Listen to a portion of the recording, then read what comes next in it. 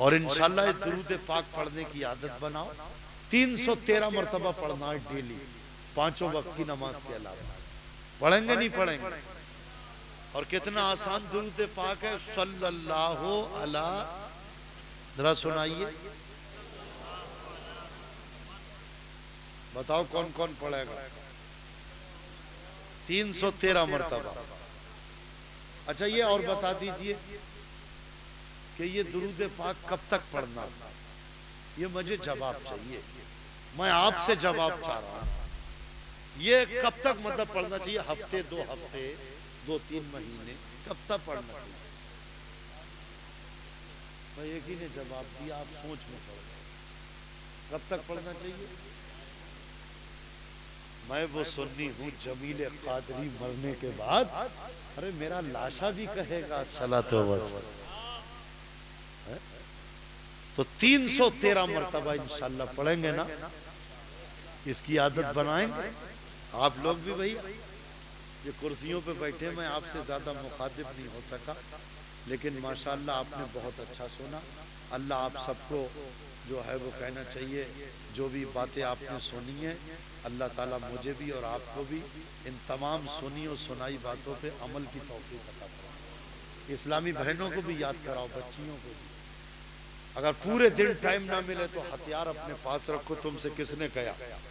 تمہارے پاس آدھا کلو کے 250-250 گرام کے 2 موبائل ہیں، اور یہ تسبیح ہم نے کہا تسبیح میں رکھوں؟ نہ، تسبیح تو کافر، یہودی، نصرانی رکھیں گے، تم تو موبائل رکھو گے. بولے حضرت انگلیوں پہ تسبیح ہے. میں نے کہا بے شک، لیکن میرے آقا اعلی حضرت کے پیر و مرشد مہرارہ شریف میں جب ان کا عرس ہوتا ہے تو غوث اعظم کی تسبیح کے دانوں کی زیارت کرائی جاتی ہے. ارے وہ غوث اعظم تسبیح پڑھے صرف مریدوں کی ترغیب کے لیے، جبکہ غوث اعظم کا تو خود نام ہی تسبیح ہے. لیکن یہ بتایا کہ اے میرے قادری غلاموں، میں نے تسبیح پڑھی، یہ دانے ہیں، یہ مہرارہ شریف میں تم اس کی زیارت کر رہے ہو. سمجھ گئے؟ اور ہوتی ہے تو پڑھ بھی لی جاتی. ایک بار میں بس میں سفر کر رہا تھا، ایک برابر میں میرے بیٹھا ہوا تھا، دونوں کانوں میں لیڈیں تھی اس کے گھس ہوئی اور موبائل لگا تھا. میں اپنی تسبیح اپنی اللہ کی عطا سے، سب اسی کی عطا ہے.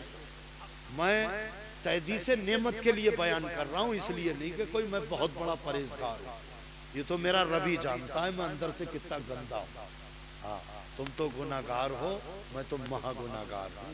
بس میرا رب مجھے بزرگوں کے صدقے میں اور میرے آقا پیر و مرشد اعلی حضرت کے بیٹے مفتی اعظم سے مرید ہوں. میں 7 سال کی عمر میں مرید ہو گیا تھا میں، الحمدللہ. چھوٹا موٹا پٹا نہیں ہے میرے گلے میں. ہاں سمجھ رہے ہیں آپ؟ بہت اونچی نسبت ہے. تاج و شریعہ کا پیر بھائی ہوں.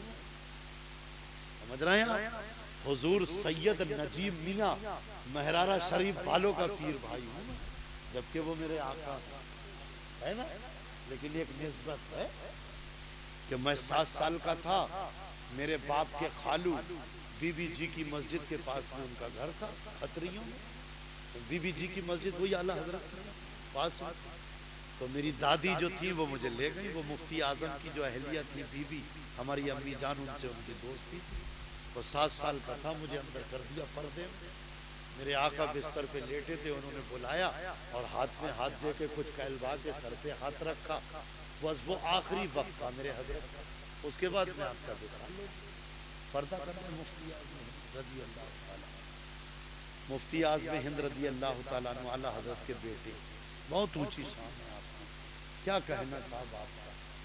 آپ ایسے اللہ کے رسول صلی اللہ علیہ وسلم کے اوپر فنا فی الرسول. ارے آپ کے تو کلام سے ہی پتہ لگتا ہے. یہ ایک جان کیا ہے اگر ہوں کروڑوں تیرے نام پر سب کو بارا کروں میں. محمد محمد پکارا کروں میں.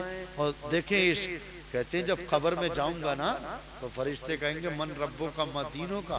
ارے میرا دین و ایمان فرشتے جو پوچھیں تمہاری ہی جانب اشارہ کروں میں محمد محمد پکارا کروں میں. اور تیرے در کے ہوتے کہاں جاؤں پیارے کہاں اپنا دامن پسارا کروں میں حبیب خدا کا نظارہ کروں میں. آپ کا تخلص تھا نوری. اعلیٰ حضرت کا رضا. کیا کہتے ہیں کہ خدا خیر سے لائے وہ دن بھی نوری مدینے کی گلیاں بہارا کروں میں مدینے.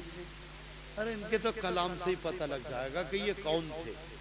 ارے جو دل میں ہوتا ہے وہی تو زبان سے نکلتا ہے. بولتے کیوں نہیں؟ جو دل میں ہوتا ہے وہی تو نکلتا ہے.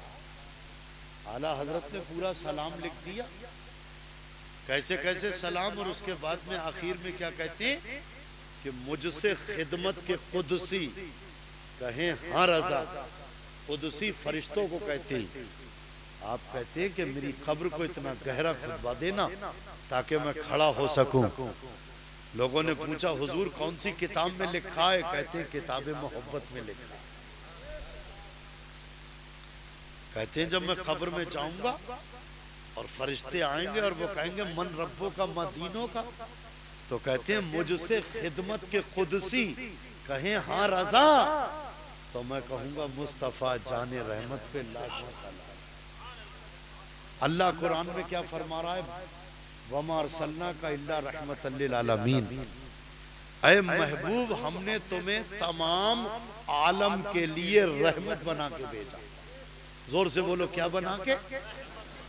تو اعلیٰ حضرت کیا کہہ رہے ہیں؟ مصطفیٰ جان رحمت. اے مصطفیٰ خالی رحمت نہیں ہو, رحمت کی جان ہو. مصطفیٰ جان رحمت پہ لاکھوں سلام. لوگوں نے جب سلام کا وروਧ کیا آپ نے کہا لاکھوں سلام. سلام ایک نہیں دو نہیں لاکھوں. پھر ان کے اور روکو تو آپ کہتے ہیں کعبے کے بدر الدجا تم پہ کروڑوں درود, طیبہ کے شمس الضحیٰ تم پہ کروڑوں درود. تو اس لیے یہ تسبیح انشاءاللہ.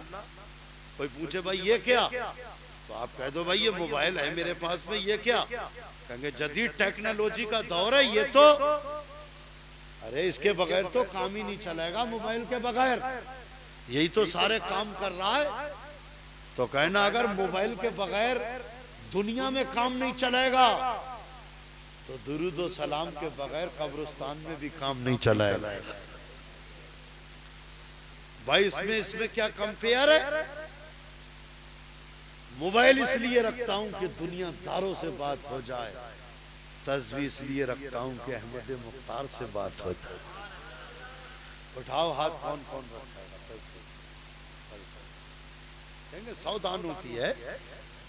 پورے دن ٹائم نہ ملے تو رات کو لیٹتے ٹائم اپنے سرہانے رکھ لی اور اپنے پڑھ لیا صلی اللہ علی محمد صلی اللہ علی محمد. 300 ہو گئی, 3 بار پڑھی, پھر 3 3 6 3 3 9 3 چوک 12 اور 1 13. یہ 13 بار کا اپنا نیم ٹارگیٹ بنا لو اور پھر اپنے لیٹ جاؤ.